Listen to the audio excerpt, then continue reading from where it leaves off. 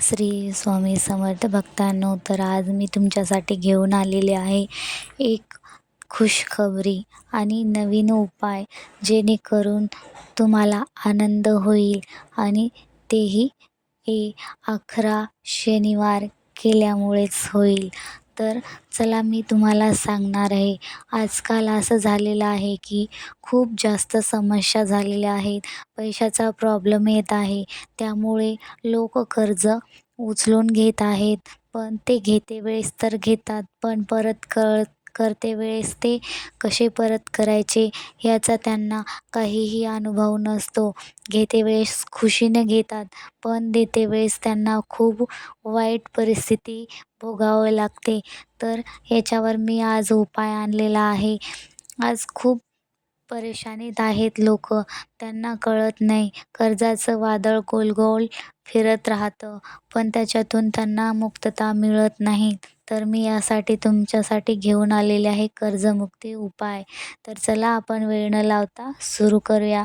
त्या अगोदर माझ्या चॅनलला सबस्क्राईब करायला विसरू नका आणि लाईक आणि कमेंट करायलाही विसरू नका, जेणेकरून तुमचा अनुभव मला कळेल. माझे व्हिडिओ तुम्हाला आवडतात का नाही हेही कळेल. तर चला सुरू करूया.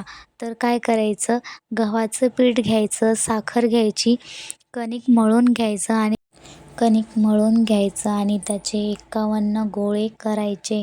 आणि तुमच्या घराजवळील कोणत्याही ठिकाणी कोणतंही झाड असेल तर त्या ठिकाणी काळ्या मुंग्या किंवा लाल मुंग्या असतील अशा ठिकाणी, किंवा माकडे येतील अशा ठिकाणी ते गोळे ठेवून द्यायचे आणि आपल्या मनातील इच्छा सांगायची.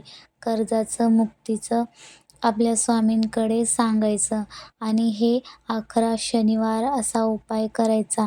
तर तुम्ही बघू शकता, तुमचा अनुभव तुम्ही नक्कीच माझ्यासोबत शेअर करसाल की खरंच हे सांगितलेला उपाय मी केल्यामुळे माझं कर्जमुक्त झालेलं आहे.